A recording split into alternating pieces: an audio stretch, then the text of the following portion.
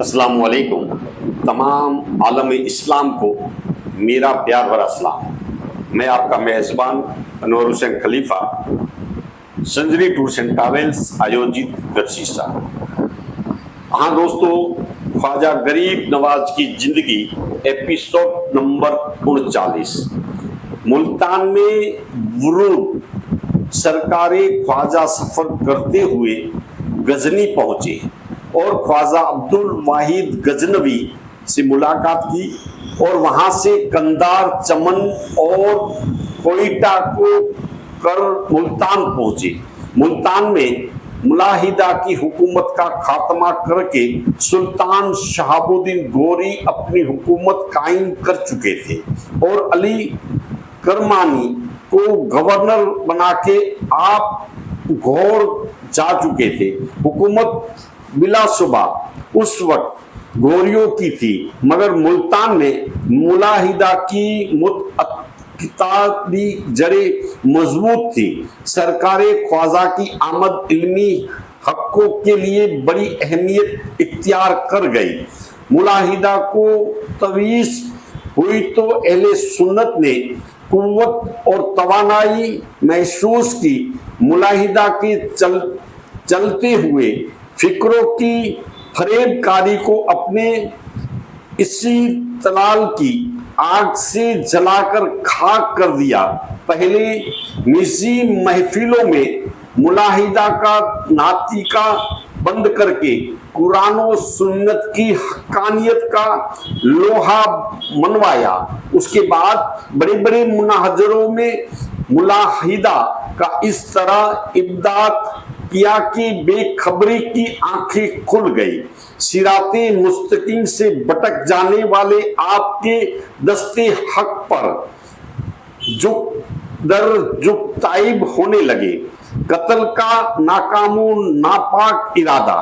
ملاحدہ نے علمی محاذ پر شکست فاس کا کھا کر اپنے تربیت یافتہ قاتلوں کو سرکار خواجہ کے قتل پر مامور کر دیا.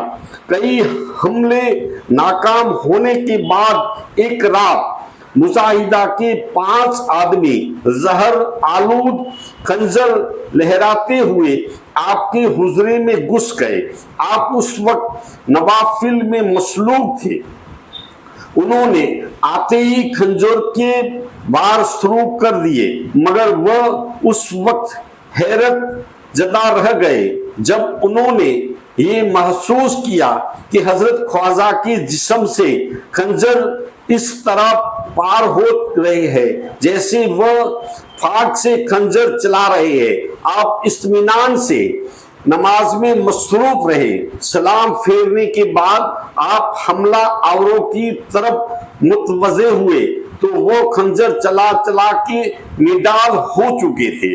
ملاحدہ کا پیشوا عملے تنویر میں کا ماہر تھا. اپنے عمل کا تابع بنا کر وہ جسے جو حکم دیتا تھا وہ اس حکم کو بجا لانے پر مجبور ہو جاتا تھا.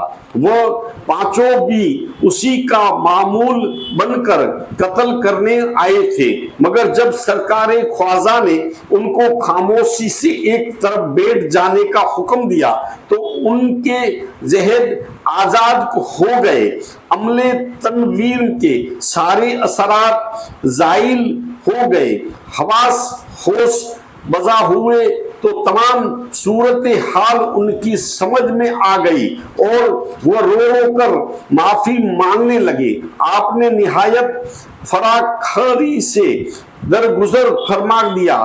معافی حاصل کرنے کے بعد انہوں نے سرکار خواجہ سے کہا، آپ اگر اجازت دیں تو ملاحدہ کے سربراہ ابن قصاق کو ہم ختم کر دیں تاکہ خریزی کا یہ گھنونا سلسلہ بند ہو جائے جسے اہل حق کا مسلسل خون بہہ رہا ہے. آپ نے فرمایا، پہلے اپنی نیتوں کا جائزہ لو. اگر تم بقائے امن کے لیے وائف کیے کسی ظالم کو راہ سے ہٹانا چاہتے ہو تو اللہ کے یہاں اس کا بڑا اثر ہے، لیکن اگر اپنے نفس کی تحریر پر کسی کو تم نے قتل کیا تو بلا شبہ یہ بڑے گھاٹے کا سودا ہے۔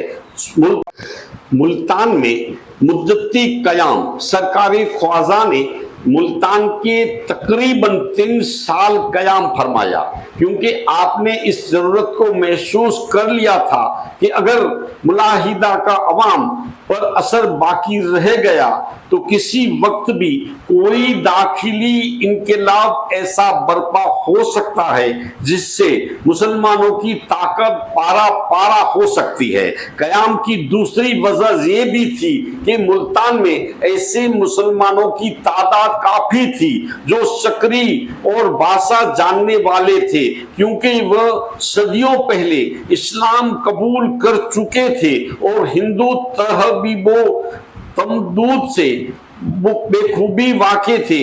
آپ نے وہاں ہندوستانی زبانوں میں ملکہ پیدا کیا، کیونکہ تبلیغی دین کے لیے ان زبانوں کا علم ضروری تھا۔ اجمیر کے راجہ اور راجماتا پر ہیبت کی تفصیل اگلی پوسٹ میں۔ مٹ جائے گناہوں کا تصور ہی دنیا سے، گر ہو جائے یقین کہ اللہ سب سے بڑا ہے، اللہ دیکھ رہا ہے۔ ہاں دوستو، غریب نواز کی شان میں سنجر سے لے کر اجمیر کی سرزمین تک سلسلہ وار ایپیسوڈ در ایپیسوڈ آپ کی خدمت میں پیش کرنے کی کوشش کرتے رہتے ہیں۔ دیجیے اجازت، میں آپ کا میزبان انور حسین خلیفہ۔